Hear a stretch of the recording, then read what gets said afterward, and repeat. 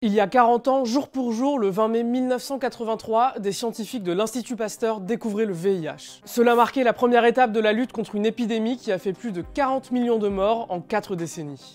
Tout commence 2 ans plus tôt, en 1981, aux États-Unis. Des maladies rares, la pneumocystose et le sarcome de Kaposi, sont signalés dès l'été 1981 chez des jeunes gays américains. Les scientifiques parlent alors d'une épidémie qui touche les hommes homosexuels et les utilisateurs de drogue, auxquels viennent s'ajouter la population haïtienne et les hémophiles. Il n'y a pas encore de nom officiel et on parle alors de maladie des 4 H pour homosexuels, héroïnomanes, haïtiens et hémophiles. Le terme AIDS, en français SIDA, est utilisé à partir de 1982, il s'agit du syndrome de l'immunodéficience acquise. L'équipe française de l'Institut Pasteur, Françoise Barré-Sinoussi, Jean-Claude Sherman et Luc Montagnier, se mettent sur la piste d'un rétrovirus. Ils découvrent un nouveau virus qu'ils baptisent LAV et publient leurs résultats le 20 mai 1983. C'était une course contre la montre parce qu'on avait pris conscience que quand même c'était un virus qui se transmettait à la fois par le sang, à la fois par voie sexuelle et de la maman à l'enfant.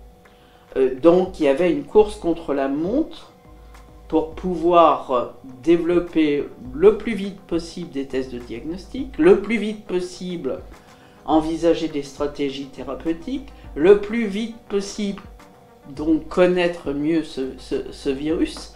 C'est un combat scientifique, bien sûr, avant tout. Ça a été un combat politique, un combat contre les firmes pharmaceutiques, ça a été multiple combat à tous les niveaux de la société. Leurs résultats sont accueillis avec un certain scepticisme et leur découverte fait l'objet d'un conflit de paternité avec les États-Unis. Mais en 2008, seuls les Français Françoise Barré-Sinoussi et Luc Montagnier remportent le prix Nobel de médecine pour leur découverte du VIH. Il faut attendre 1986 pour que le virus trouve son nom officiel, le VIH, pour virus de l'immunodéficience humaine.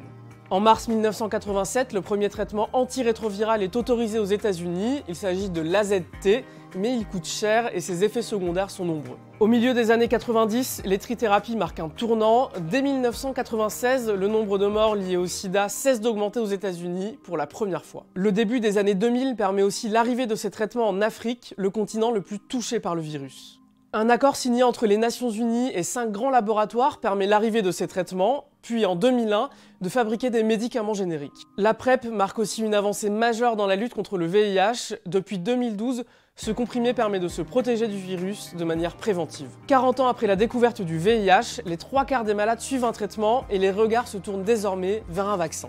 Mais le VIH est un virus complexe qui mute très rapidement, des essais sont en cours dans le monde, mais ils en sont tous à leur première phase. L'ARN messager, qui a apporté une réponse face au Covid-19, suscite beaucoup d'espoir.